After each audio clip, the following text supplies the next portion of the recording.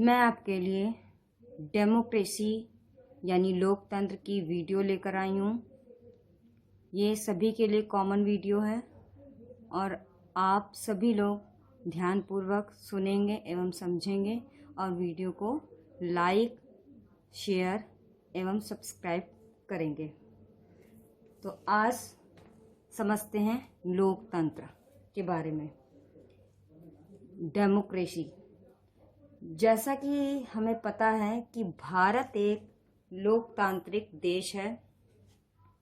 भारत एक कैसा है? लोकतांत्रिक देश।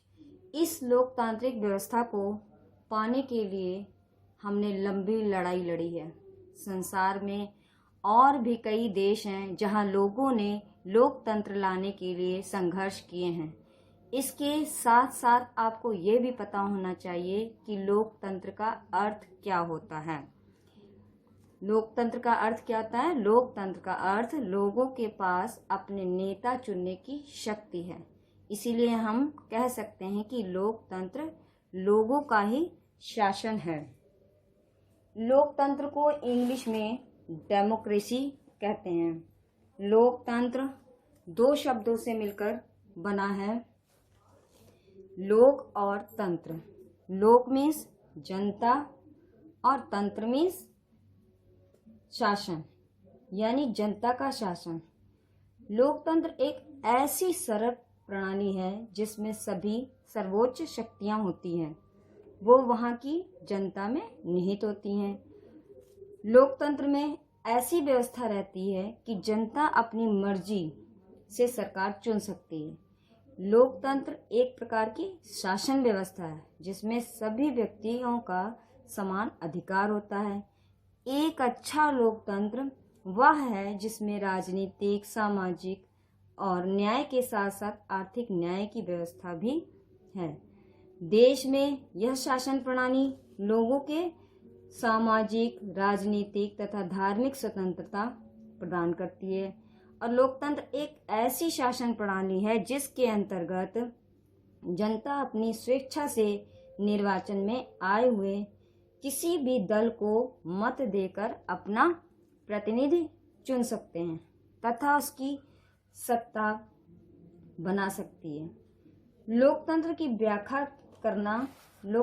व्याख्या करना तो बहुत ही कठिन है, किंतु अमेरिका के 16वें राष्ट्रपति अब्राहम लिंकन ने लोकतंत्र की सबसे सटीक व्याख्या की है। Democracy of the people, by the people, for the people. इसका मीन्स क्या हो गया? लोकतंत्र जनता का जनता के द्वारा और जनता के लिए है। इसका अर्थ ये हुआ कि लोकतंत्र में जनता ही सर्वोपरि है।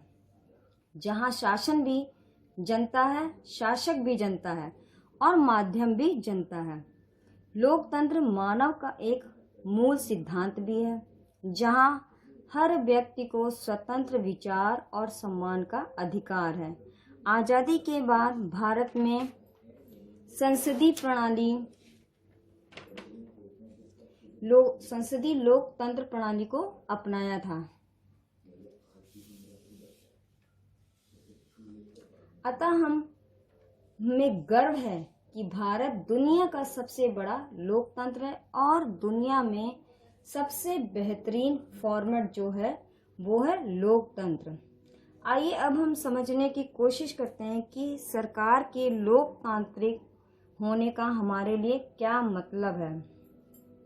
हम सबने शहर, कस्बे या गांव की गलियों या टीवी में अवश्य ही कोई न कोई जुलूस या धरना प्रदर्शन देखे होंगे। ये धरना प्रदर्शन तभी होते हैं जब कभी सरकार के द्वारा कोई न कोई अवैध, गैर कानूनी निर्णय होते हैं। जब कभी सरकार के द्वारा कोई न कोई अवैध, गैर कानूनी निर्णय लिया जाता है, कभी कभी ये जुलूस लंबे समय व उग्र भी हो जाते हैं और सरकार प्रदर्शनकारियों की मांगों को पूरा करती है।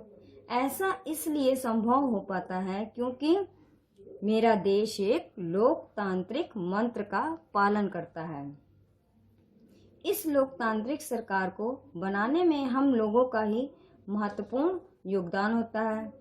परंतु आज़ादी से पहले देश की सरकार को बनाने में महिलाओं, अशिक्षितों, गरीब और किसानों का कोई योगदान नहीं था। इस देश को लोकतांत्रिक बनाने में भारत के सभी वर्गों, जाति, धर्मों के लोगों ने जेल व अंग्रेजों की यातनाओं को झेला है। यहाँ तक कि लक्ष्मीबाई जैसी वीरांगना ने अपनी जान तक गंवाई है। फिर आप समझेंगे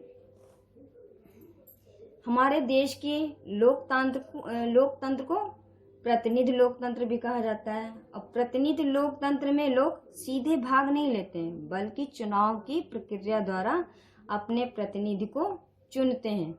उन्हीं प्रतिनिधियों से सरकार स्त्री जनता के लिए निर्णय लेती है। और हमें गर्व है कि भारत ही दुनिया का सबसे बड़ा लोकतंत्र है और दुनिया में सबसे बेहतरीन जो फॉर्मेट है वो है लोकतंत्र। तो ये जो लोकतंत्र है दो तरह का होता है, टाइप्स ऑफ डेमोक्रेसी।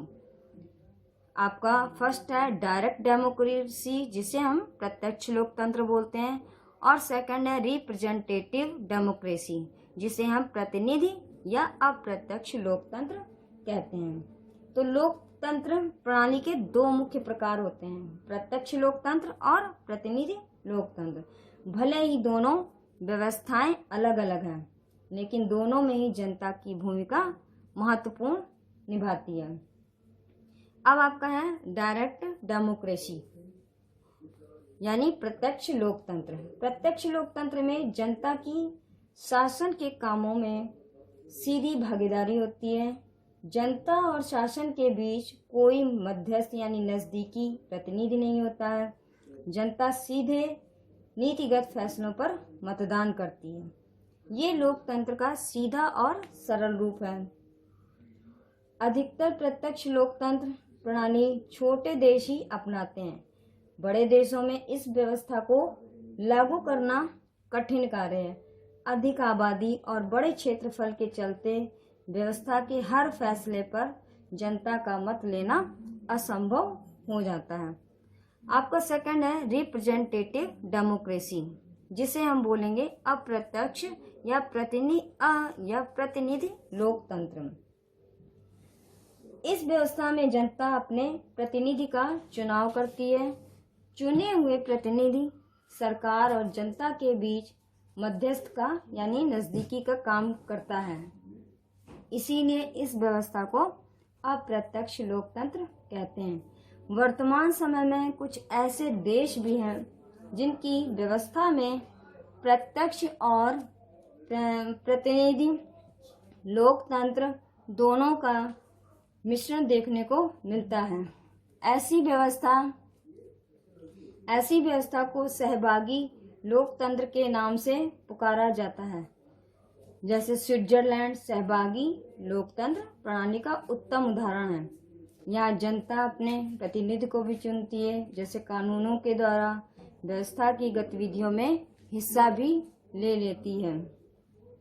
आज दुनिया के कई देशों ने लोकतंत्र व्यवस्था को चुना है। लोकतंत्र प्रणाली शासन व्यवस्था का सबसे उत्तम तरीका माना जाता है, किंतु लोकतंत्र की मूल भावना को क्रियान्वित करना कठिन कार्य है।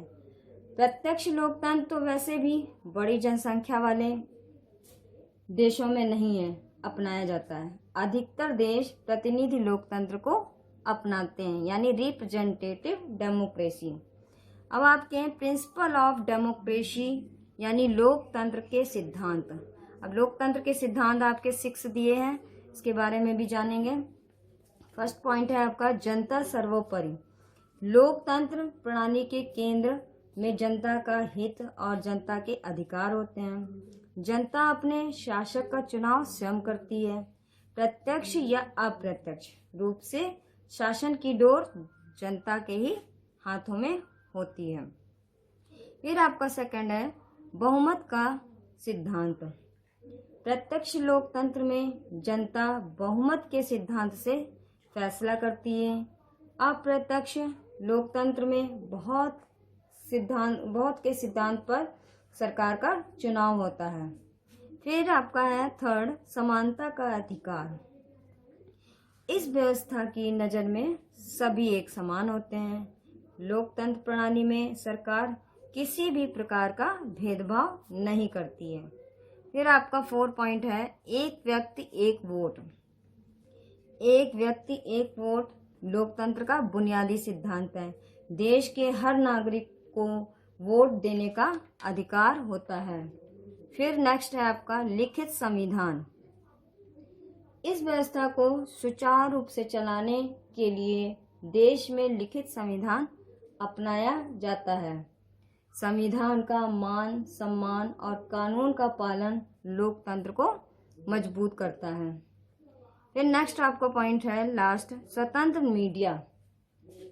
इस स्वतंत्र पत्रकारिता के बिना आप लोकतंत्र की कल्पना नहीं कर सकते।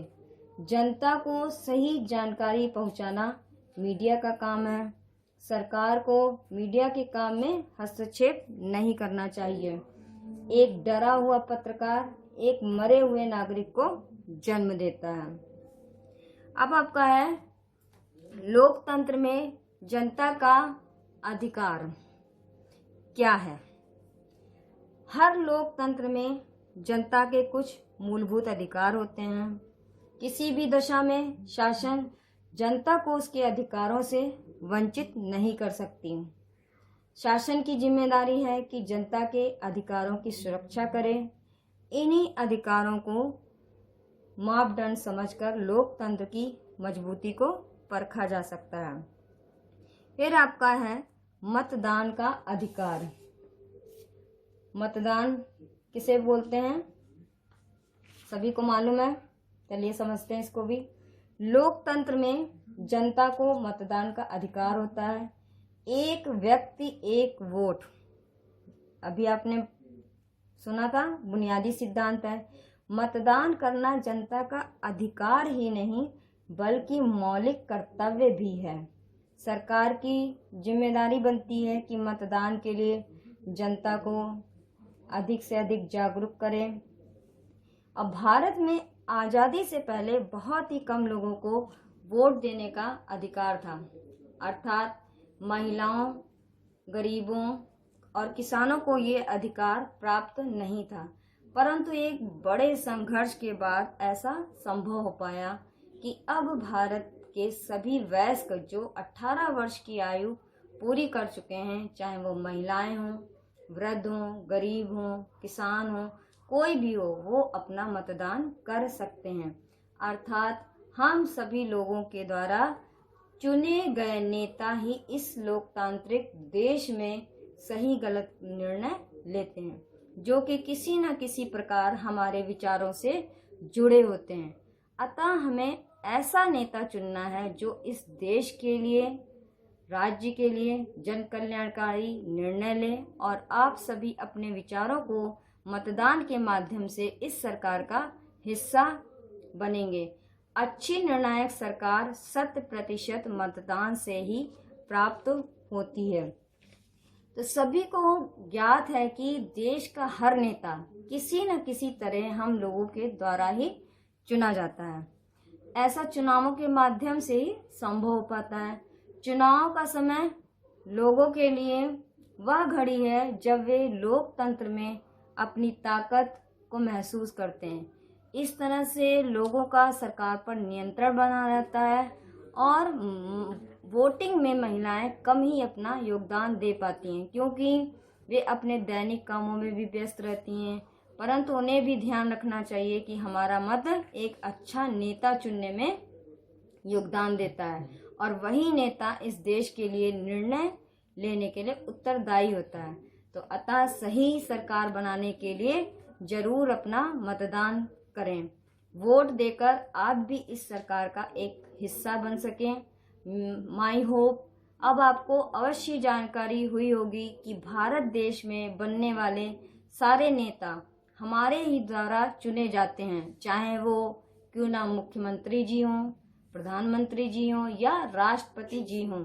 अतः इन सभी नेताओं का जन एवं देश कल्याणकारी होना अति आवश्यक है। इस देश को आगे बढ़ने में भारत के हर एक वयस्क का योगदान हो, यानी 100% मतदान हो। धन्यवाद। आप वीडियो को लाइक, शेयर एवं सब्सक्राइब अवश्य करें। Thank you.